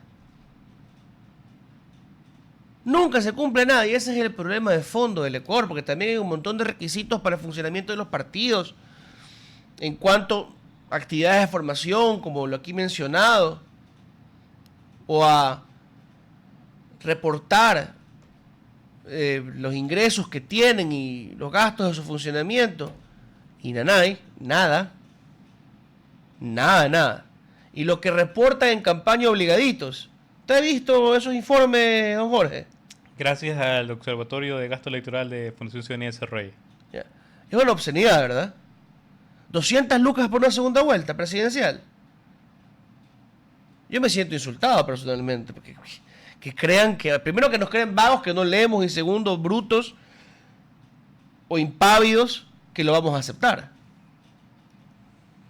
Pero en todo caso, a lo mejor usted tiene una perspectiva más alegre, luminosa, o a lo mejor no. ¿Cómo ve esa pregunta? A ver, yo justamente el día de ayer la analizaba con el equipo humanamente. Hicimos también un post referente al análisis de esa pregunta. Y es que ahí va, digamos, hay varias aristas a considerar, ¿no? En una tratas de equilibrar, tratas de dar cierta igualdad en general a todos en condiciones, pero al mismo tiempo va con un tema que yo creo que ha sido bastante repetitivo en Ecuador, que es el hecho de sentir que no existe una verdadera vocación de servicio en la política en Ecuador, sino que se la toma como un negocio, como un espacio de generación de riqueza. Y si lo vemos de esa forma, realmente para mí es malgastar dinero.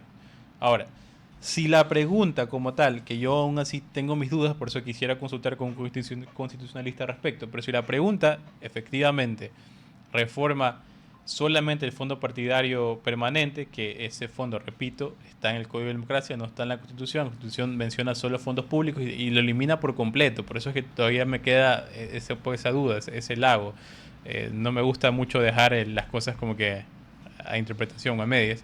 Pero si efectivamente solo estamos hablando del fondo partidario permanente, personalmente yo sí creo que es algo que sumaría. A ver, no creo que en la actualidad tampoco es que haga mucha diferencia, pero nuevamente, tomando en cuenta los contextos, donde no estamos hablando de ejercicio electoral, donde no estamos hablando tampoco de la participación igualitaria en elecciones de otros partidos, movimientos pequeños y demás, estamos hablando netamente de ese fondo partidario que te permite subsistir, te permite, entre comillas, también formar, que nuevamente para eso creo que poco se está utilizando.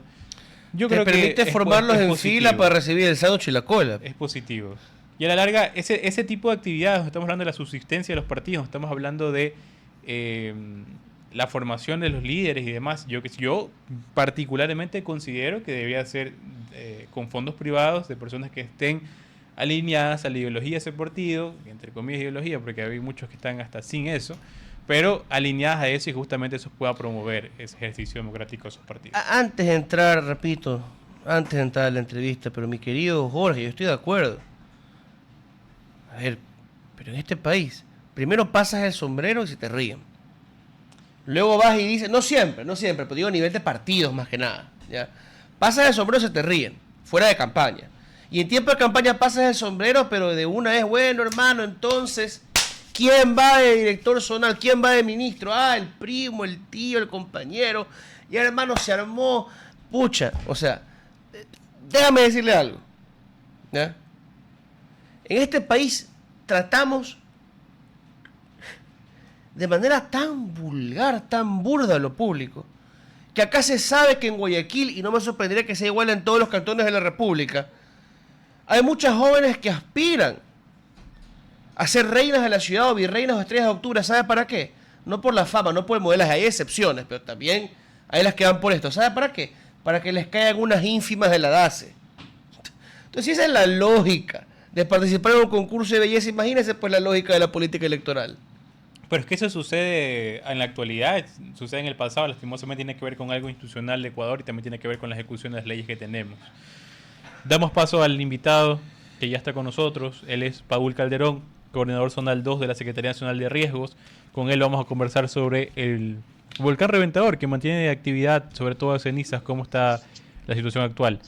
Muy buenos días, señor Calderón. Por favor, coméntenos cómo se encuentra la situación en el volcán Reventador en la actualidad. Bueno, muy buenos días igual a la teleaudiencia. A ustedes gracias por la invitación.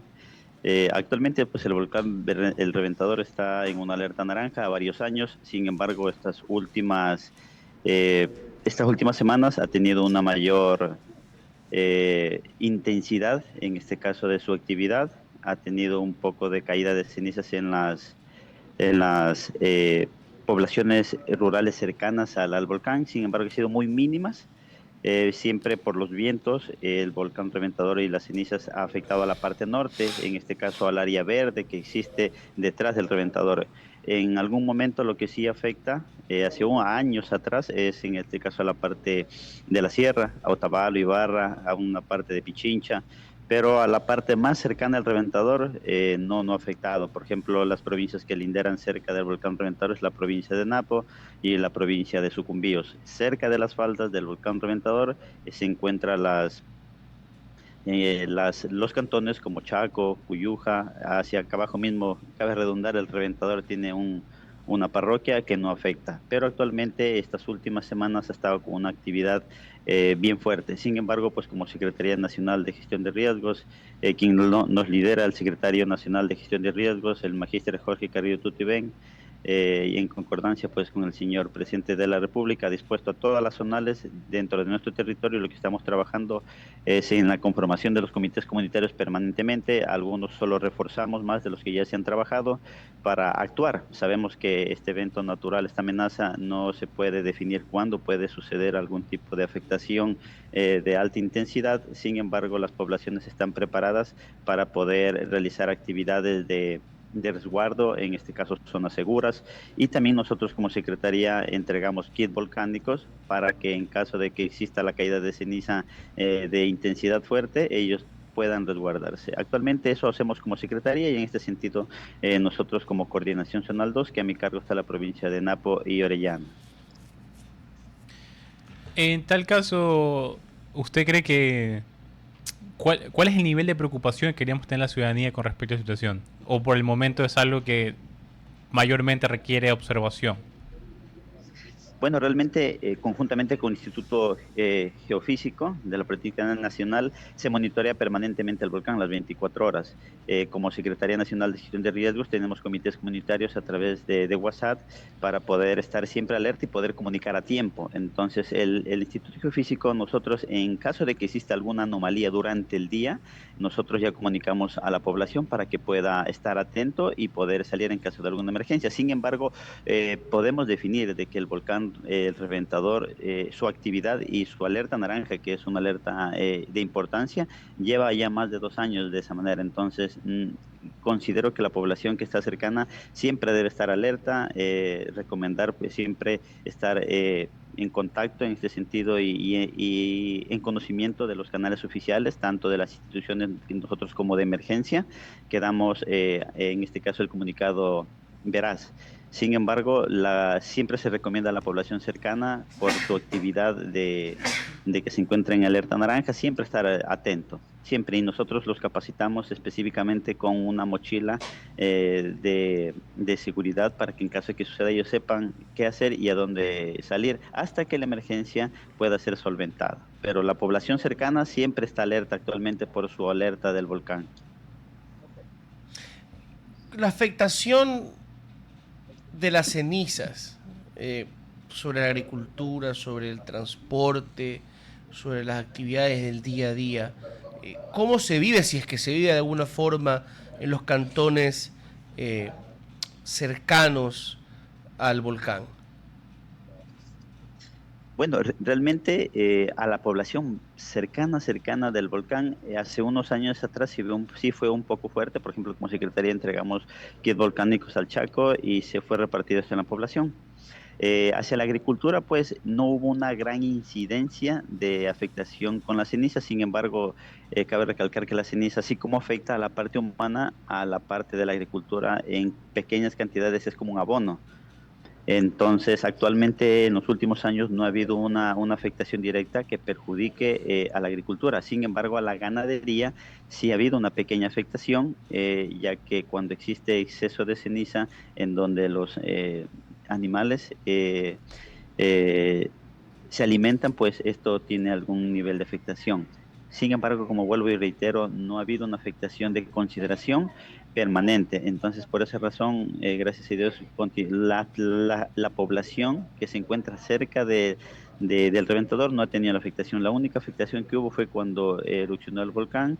En años anteriores, estamos hablando de 1987, ahí sí hubo pérdida de ganado y la ceniza fue de una magnitud amplia en la cual se afectó tanto a la agricultura como a la ganadería, pero hasta la actualidad no ha habido ese impacto actualmente. Muy bien, siendo 9 horas con 1 minuto en el Ecuador continental. Le agradecemos mucho, señor Calderón, por su tiempo el día de hoy. No, muchas gracias igual a ustedes la invitación. Siempre estamos atentos y para cualquier tipo de comunicado, sea por la reversión regresiva del río Coca, sea por el reventador, estamos atentos y muchas gracias por la invitación de igual manera. Igual la última recomendación es a la población que está cerca del volcán reventador y que ha sido alguna vez afectada a la parte rural, siempre estar atento, ¿no?, por los canales oficiales que se imparte la información veraz.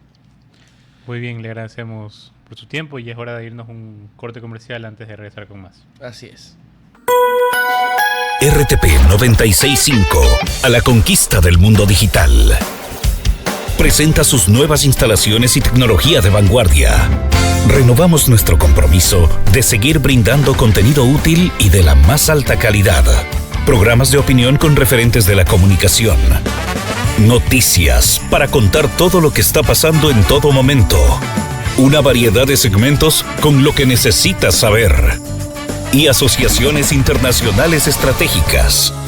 Todo para mantener a nuestra audiencia y seguidores siempre bien informados. Siempre en RTP. Buena compañía. Ya ves, querido amigo, como nuestro compañero Gerardo ya dio todo. De dónde nos pueden escuchar. Ya se nos adelantó el trabajo ya. Poco más nos va a quitar ya mismo. ¿Qué nos queda decir? 9 y 11 de la mañana. Cucu, 9 y 11, 9 y 11, 9 y 11. Yo voy a empezar a decir el clima, voy a empezar a decir el clima para... Un saludo a los transportistas. ¿No? A ver, 9 horas con 11 minutos de la mañana. Bueno. ¿Qué más tenemos, don Jorge? Conversemos un poco de lo que dijo el presidente el día de ayer, que lo hablamos brevemente, pero había varias cosas. Dijo mucho, a diferencia del abogado Nebot. Que se le burló pues al abogado Nebot, que dijo que sí, que no, pero sí, que está a favor, pero está en contra. Pero que va a votar que sí. A ver, primero hagamos un recuento general de lo que me acuerdo. Ya perdió el SOS, el abogado Nebot, pero bueno. El SOS. La salsa. El mojo. Doctor, por favor, acá estamos en un programa de... Está bien, yo que me quejo de la gente que no usa el castellano y va innecesariamente... De sauce. Al inglés. Pero ¿cómo dices de sauce en español? La salsa, la pizca, La pizca, puede ser, sí. Pero bueno, retomando el tema central, de lo que me acuerdo, las propuestas generales, más que propuestas, son comentarios que hizo el presidente, que obviamente hay que tomarlo también con pinzas, porque una propuesta como tal, él ha mencionado que no lo va a hacer hasta que la hipotética victoria del sí. Pero igual adelantó lo del IES. Le preguntaron sobre una serie de cosas también en Radio Centro y dijo de todo. O sea... Pero por eso, hablemos un poco. Mencionó... Adelanta bastante el presidente. Mencionó temas de elección indefinida. Dijo que no está de acuerdo con eso, que quiere un periodo de 8 años. Estamos de acuerdo, yo también creo que sí necesitaba escuchar eso, señor presidente. La verdad, todos los ciudadanos. Porque hay otro que dice que Merkel duró como década y media, ¿por qué no puedo yo hacer lo mismo? También habló del sistema bicameral. Que está en contra. Yo estoy de acuerdo con él, no estamos listos. No tenemos esa madurez suficiente en el país para llevar las dos cámaras que generan lentitud. Yo la verdad es que difiero un poco. Yo creo que ya es momento de aplicar otro tipo de escenarios, y tomando en cuenta que Ecuador en toda su historia republicana, democrática, ha sido más bicameral que unicameral. Que la realidad es que hace como unos 40 años, quizás un poquito más, no hemos sido bicamerales, sí, pero desde el retorno a la democracia. En su gran extensión de historia ha sido mayoritariamente bicameral. Y otra cosa que tocó era justamente el tema del federalismo, tema que a mí, no lo voy a negar, me llega mucho, porque es una propuesta que yo voy a defender a capa y espada hasta el día de mi muerte. Creo que es una solución importante para el país.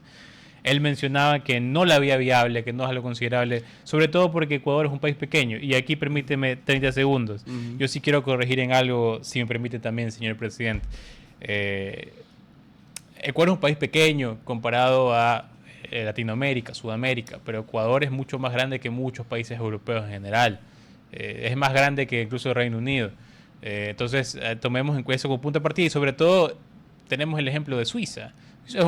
Madre santa. Estamos hablando de extensión territorial. Estamos hablando de extensión territorial. Eso no creo que sea un argumento para decir no a una república federal. Puedes decirme millones de argumentos más y puedes estar en contra. Le voy a dar uno.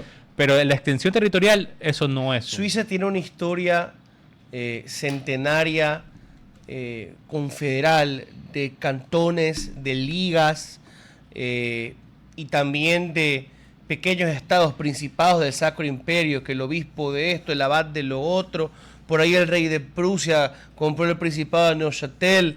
O sea, tenían estas estructuras autónomas que se coaligaban y vivieron así por mucho tiempo. El argumento que mencionó ayer el señor presidente iba de la mano con extensión territorial. La extensión territorial no creo que sea un argumento válido para estar en contra de un república federal. Lo que tú me puedes decir en contra por diferentes motivos y demás, insisto, creo que son opciones válidas. Creo que también puede tener argumentos en contra. Pero extensión territorial, no, correcto. No creo que ahí sea estoy de acuerdo con usted. partido.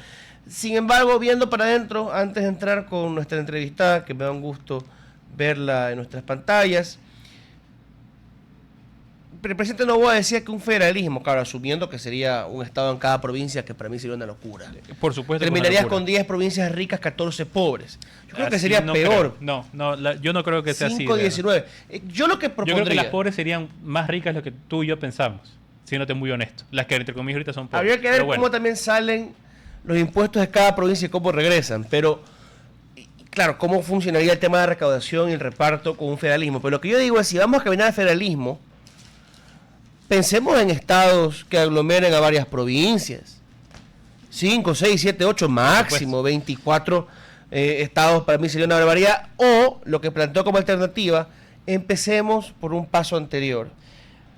Empecemos por las autonomías de los distritos metropolitanos. Eso también puede parecer un punto de debate importante. Y luego saltemos al otro. Solo para terminar, justamente, si queremos ampliar el debate sobre el federalismo, que me encantaría hacerlo en otro programa, pero también voy aquí a dar una pequeña cuña. Ese plan de la República Federal del Ecuador lo escribimos junto a Mario Cubi en un capítulo del libro que se llama, el capítulo del libro se llama literalmente La República Federal del Ecuador, una hoja de ruta, planteando ese punto de partida que por nosotros es necesario. Faltan detalles para ver, como por ejemplo el tema de los números de provincias en general, pero yo creo que a grandes rasgos lo hicimos hace algunos años atrás, lo pensamos, investigamos, analizamos, y es una propuesta que para nosotros es bastante viable. Suba el PDF, doctor Alméndez. Ya lo vamos a hacer. Muy bien, 9:17. Ahora sí, le damos la bienvenida a la doctora Estefanía Luz Uriaga. Ella es politóloga y conversaremos sobre justamente, bueno, lo que La estamos consulta hablando en en términos generales hoy, en la mayoría, o durante la mayor parte del programa, la consulta popular y sus 4 preguntas. Bienvenida, doctora Luz Uriaga, a la mañana en RTP. Un gusto, como siempre. Muchísimo gusto de saludarlos. César, Jorge, un placer, como siempre, compartir este espacio con ustedes. Empecemos por el análisis de las mediciones hasta ahora. Mediciones que han sido fallosas en el Ecuador históricamente, en Argentina. Al final, Milei iba cayendo y terminaba en las encuestas en promedio 2, 3 puntitos arriba y ganó por más. Sorprendió, las encuestas no son muy de fiar. En Estados Unidos vienen corrigiendo 3 veces buscando el efecto Trump. Entonces, la verdad que, bueno, toca trabajar con lo que hay. Basándonos en los números que son públicos, ¿qué nos puede decir? ¿Cómo caminamos hacia la consulta? Bien, yo creo que como primero coincido en el principio en que las encuestas tienden a tener un margen de error que a veces supera lo esperado y siempre aprovecho esos espacios para aclarar un poco por qué. Y es que es una foto de un momento en la percepción ciudadana, es decir, por más de que la metodología busque ser proyectiva, siguen haciendo referencia a, digamos, un criterio de percepción y eso es importante tenerlo claro y creo que eso de alguna manera termina dando cuenta de esas diferencias que vemos entre lo que te puede decir una encuesta y cómo luego vemos los resultados. Dicho esto, yo creo que nos encontramos en un escenario donde tenemos como 3 opciones posibles. Yo creo que bueno, el primer escenario, y creo que es el que está trabajando muy de frente el gobierno nacional y los voceros oficiales, que sería un escenario donde, digamos, la mayoría o todas las preguntas quedan con sí y se gana con un margen, digamos, moderado, entre moderado y alto. Ese escenario nos llevaría a 2 situaciones. La primera, obviamente, pues un respaldo popular y una legitimación a manera de plebiscito, es decir, si entendemos que la gente va a votar plebiscitariamente de lo que se está haciendo en el gobierno. Y un segundo escenario con resultados mixtos, es decir, donde encontremos preguntas aprobadas, preguntas que no están aprobadas, que serían los indicadores que tendríamos hasta ahora con el resultado de las encuestas, y en ese escenario el gobierno y, digamos, y el contexto político tendría que enfrentarse primero seguramente a una mayor fragmentación política, dependiendo de qué preguntas queden, digamos, aprobadas y qué preguntas no, y lo otro tiene que entrar, digamos, a un plan en criterio de desescalar la polarización y de generar puentes de cohesión social porque le quedan por delante 3 años de gobierno, ¿no? Entonces, esos serían, bajo mi criterio, los 2 escenarios que podemos interpretar con los datos que tenemos hoy. El tercer escenario, en el que pierde la mayoría de las preguntas o que gana el no en todas las preguntas, me parece poco plausible con los datos que tenemos hoy, ¿no? Estefanía, un gusto saludarte. Me gustaría enfocarme en primero 2 de las 4 preguntas que tiene la consulta. Voy a dejar para una siguiente pregunta el tema de la constituyente y tu opinión al respecto, pero refiriéndome al financiamiento público de partidos políticos, la propuesta de eliminarlo, y por otro lado, a la reducción del número de asambleístas. ¿Cuál es tu óptica, tu opinión y tu análisis con respecto a esas 2 preguntas en particular que vamos a decidir el 16 de noviembre? A ver, yo creo que la primera pregunta que tiene que ver con la eliminación del subsidio, de la financiación, digamos, de los partidos políticos como fortalezas o como oportunidades para el sistema político ecuatoriano, yo creo que por un lado, evidentemente, reduciría el número de partidos que se inscribirían para elecciones nacionales y eso, a mi criterio, dejaría de generar tanto ruido en el marco de la campaña y daría la oportunidad a que algunos partidos se fortalezcan como instituciones, es decir, más allá del resultado electoral, que en los procesos que llevan a cabo durante todos los años, no solamente durante una campaña, la institución del partido político sea fortalecida justamente porque sobrevivirían, digamos, aquellos partidos que logren, por ejemplo, recaudar sus propios fondos, generar donaciones, generar voluntariado y base, es decir, pasaríamos a un formato en el que el partido debería ser en gran medida una institución que sea autosostenible y que en ese sentido genere espacios de formación política y de participación política, que creo que es una oportunidad y que es un beneficio, digamos, para la calidad democrática.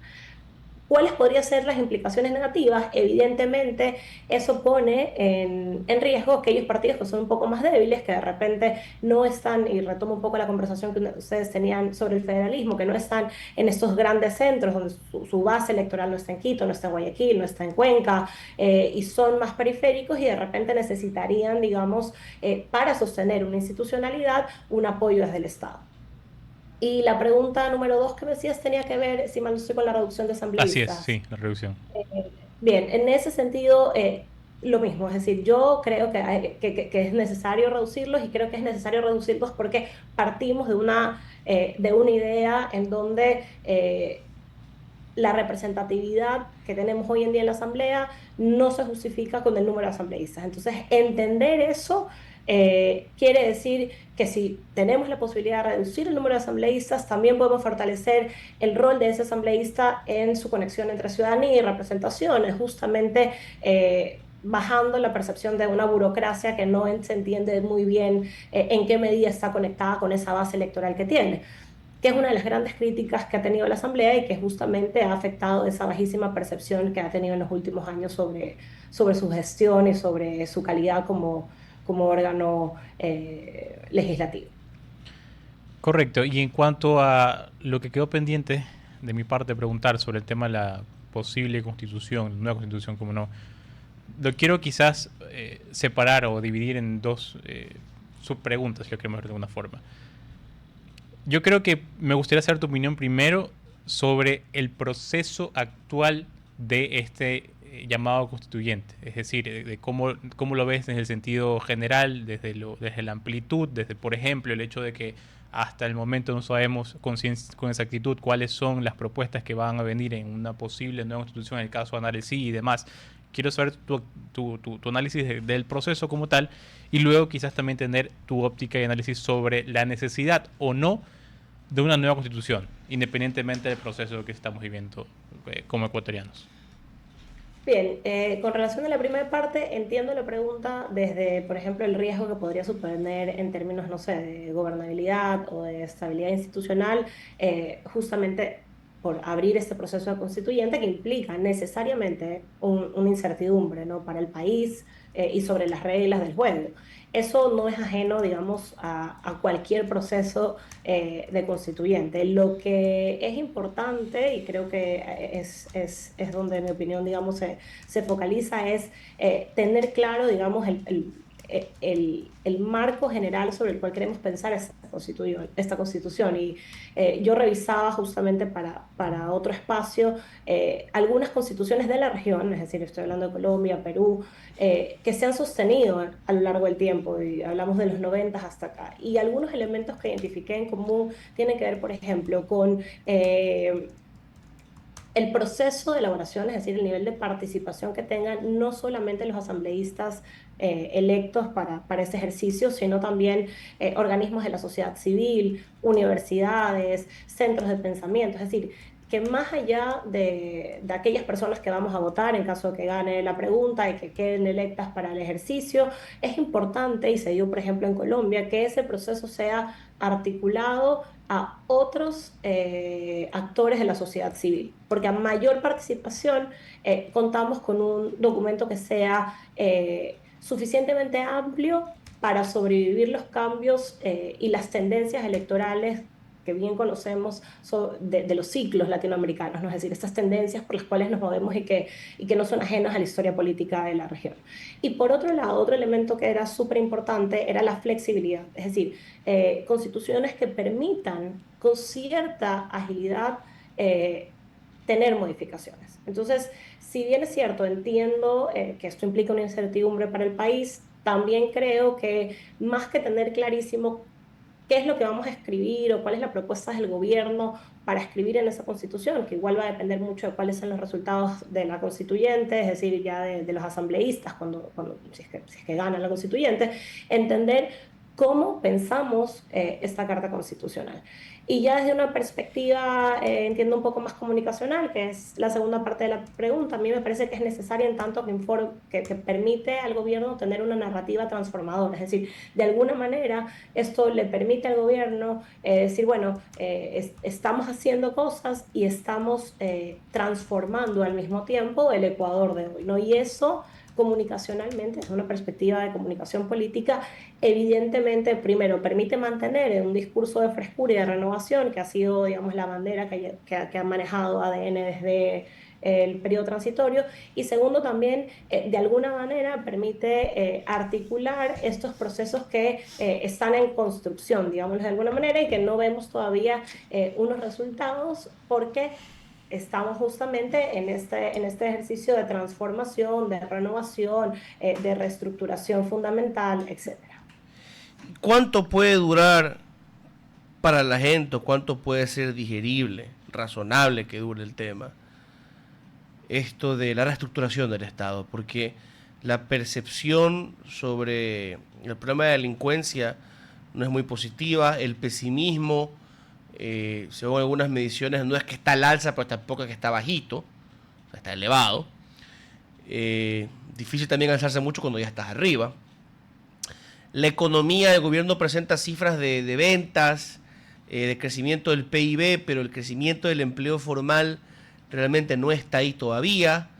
Bueno, quiero poner un panorama de desastre. Lo que digo es más bien es más de lo mismo lo que estamos viviendo en muchos sentidos. Entonces, ¿hasta dónde puede durar la paciencia de la gente que hasta ahora se ha mantenido unida a una esperanza en ver un progreso eventual con el presidente Noboa? Bien, yo creo que un momento que va a ser icónico en ese sentido definitivamente va a ser el 16 de noviembre, es decir, vamos a ver con claridad que esos resultados van a marcar justamente un cambio en la percepción y en la proyección de la ciudadanía sobre el gobierno, porque si gana la consulta, la gente va a decir, bueno, tiene 6 meses, ¿no? Tiene 6 meses para escribir esta carta, perdón que lo diga así, esta carta, y luego ya una vez que la escribas, yo voy, te voto que sí, y ahora sí quiero ver resultados, ¿no? Porque ya tienes este documento que tú has dicho que te hace falta, que el gobierno necesita, que es, digamos, de alguna manera lo que te tiene atadas las manos, y quiero ver resultados.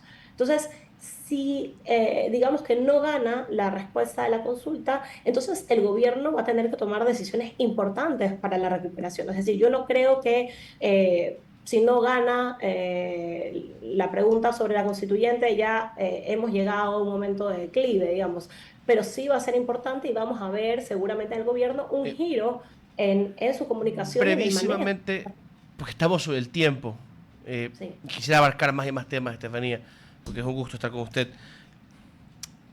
¿Qué diferencia entonces el presidente Noboa del presidente Lasso? Que la gente no le tuvo paciencia, el dijo no en su consulta.